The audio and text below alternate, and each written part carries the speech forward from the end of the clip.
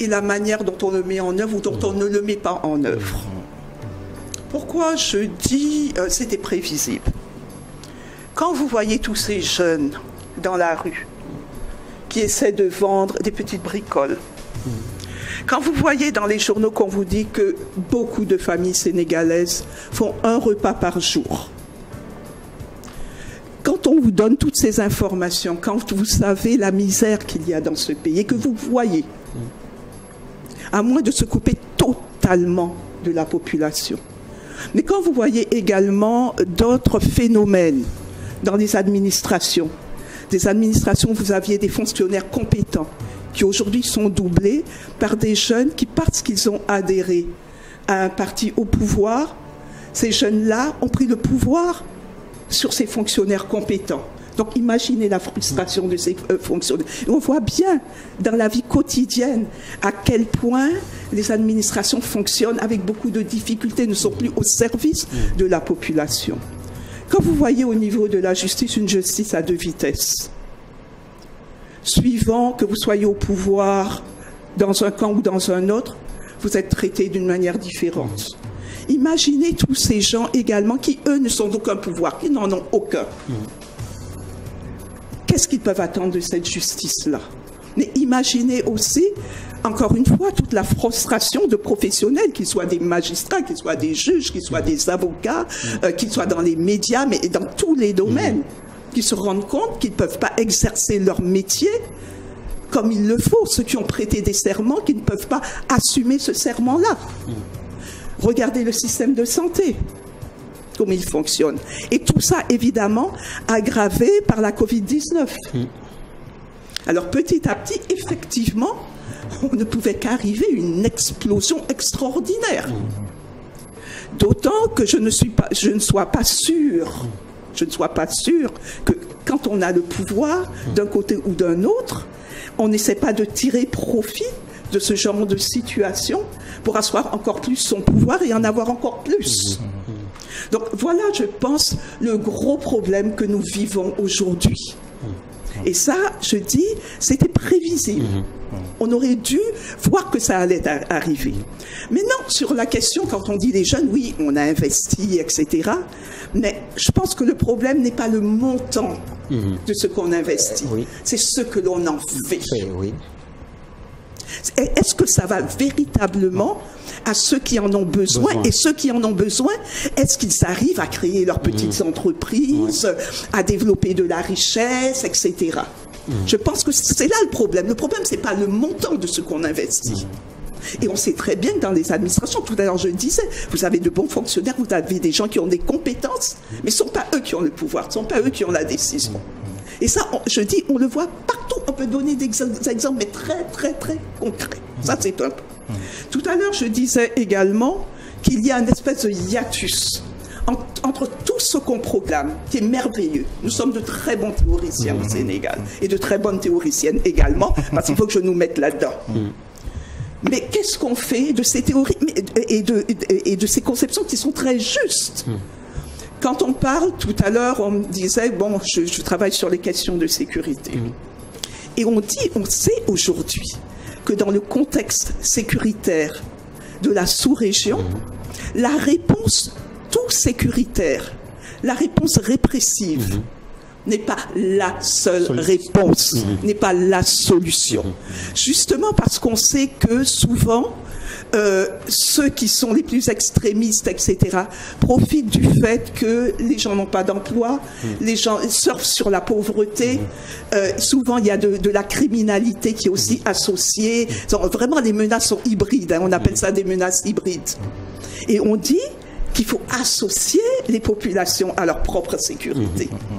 Si on délaisse les jeunes, qui aujourd'hui sont parmi les plus vulnérables, est-ce qu'on assure la sécurité du pays? Donc tout ça, on le sait. Mais comment faire en sorte de mettre en œuvre tous ces principes dont on traite, dont on parle? Et je dis même au niveau des forces de défense et de sécurité, les gens, à un certain niveau, sont tout à fait conscients de ça. On les force à aller contre leur propre population. Mais c'est pour ça que je dis, mais tout le monde est blessé par cette situation-là. Alors, vous avez écouté le président. Est-ce que pour vous, il a fait assez de concessions, si je vous comprends, socio-économiques? C'est là où le bas blesse. Je ne parlerai pas de concessions. Je dis que, bon, l'une des choses qui m'intéresse dans ce discours, c'est que d'abord, ça a été un discours d'apaisement. Il n'y a pas eu de menaces. Ça, pour moi, c'était quelque chose d'important. Ensuite, ce que je dis, c'est ce que je vous disais tout à l'heure. Quand vous dites, c'est pas faire plus, c'est faire mieux. Je dis pour l'emploi des jeunes, c'est faire mieux. Et on a les compétences dans ce pays. On a toutes les compétences.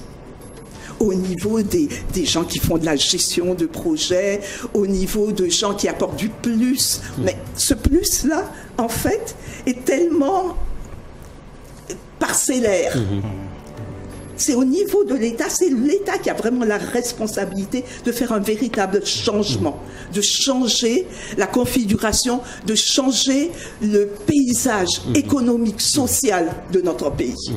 Donc je pense, oui, on peut bâtir sur ce qu'il a dit, mais il y aura des choix douloureux, il y aura des décisions difficiles, qu'il avait promis de prendre quand il est arrivé. Enfin. Et c'est maintenant qu'il va falloir les mettre en œuvre. Et qu'il nous montre que oui. Même s'il ne lui reste plus que 3 ans. C'est pas grave. C'est pas grave. Mais madame, on avait l'habitude de voir des manifestations au Sénégal, mais le fait nouveau, c'est des scènes de pillage qu'on n'avait pas l'habitude de voir.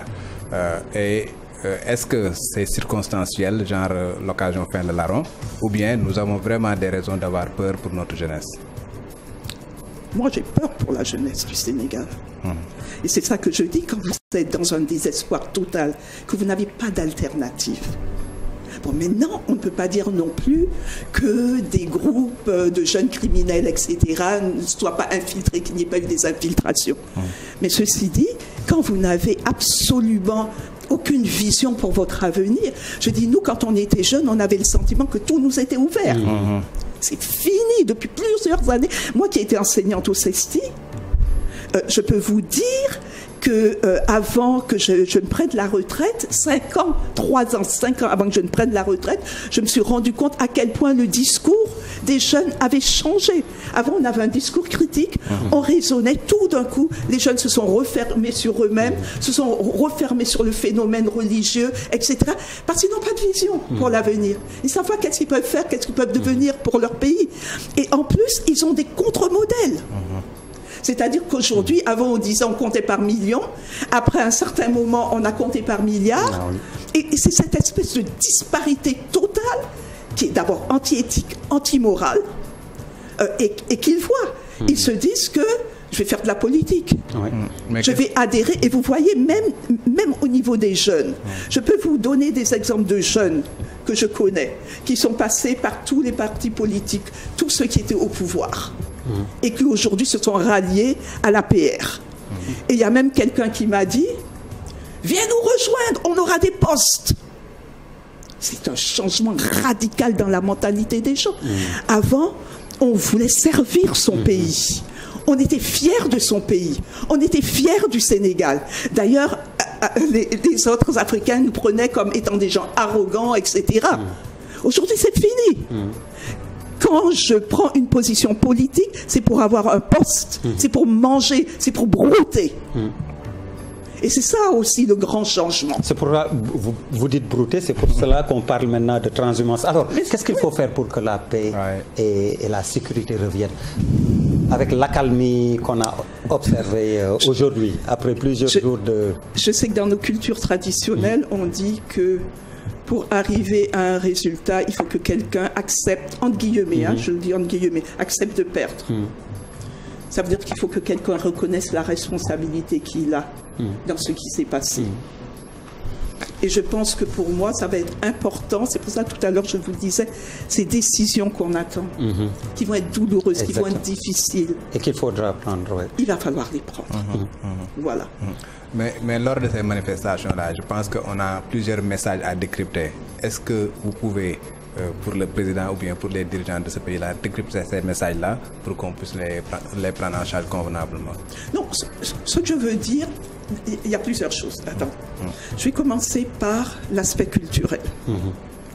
On s'est rendu compte que là où les communautés avaient été associées aux événements, les parents d'élèves, les groupes communautaires, les chefs religieux, les femmes, regardez en Casamance, ça c'est dû entre autres, les femmes du bois sacré.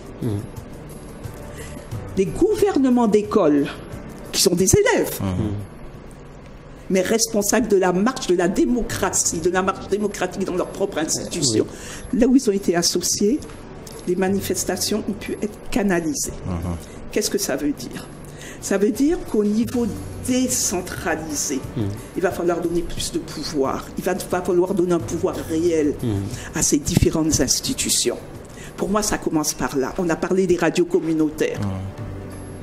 Ça veut dire l'importance aussi de développer nos langues nationales, de les rendre opérantes. Et moi, je vois aujourd'hui dans les médias, ce qui fait la force des médias, c'est aussi ça. C'est aujourd'hui, on parle dans les langues nationales. J'en voulais même d'ailleurs à TFM parce que je trouvais que, bon, trop, c'était le Wolof, là, c'était trop.